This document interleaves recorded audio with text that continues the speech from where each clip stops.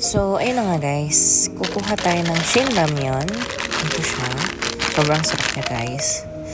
Then, kuha tayo ng itlog. Isang peraso lang. Yan. One piece egg. Okay, and then, next is kuha tayo ng Japanese mayo.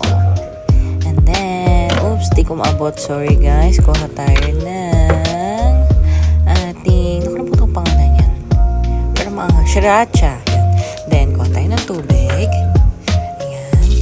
Yung tamang level lang. Kasi isa lang may lulutuin natin. Then, pakuluan. Okay guys, pasensya na po sa ating background. Sorry. Ayan, open natin yung Shin Ramyun. Tapos, kuha natin powder niya. Ayan, din muna natin siya sasama sa tubig, ha?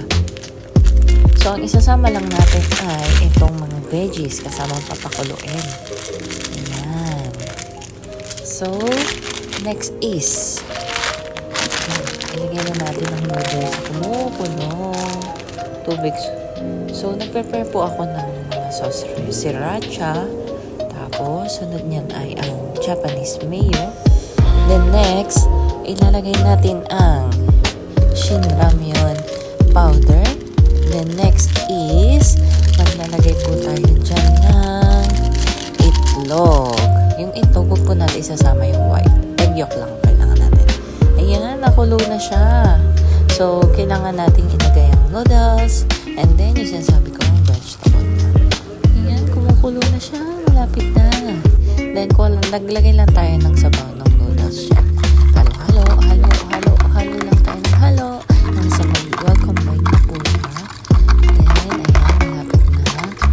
So, ilagay na natin ang noodles.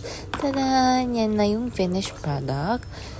Ang sarap-sarap niya, ng bango-bango. Gutom na ako. Gusto ko na siya matikman. So guys, meron lang akong nakuhang isang pirasong sliced cheese. Nilagay ko lang dyan. Then, tadan! Sensya na sa aking muka. Ako hindi naman po maganda. Nagmamaganda lang.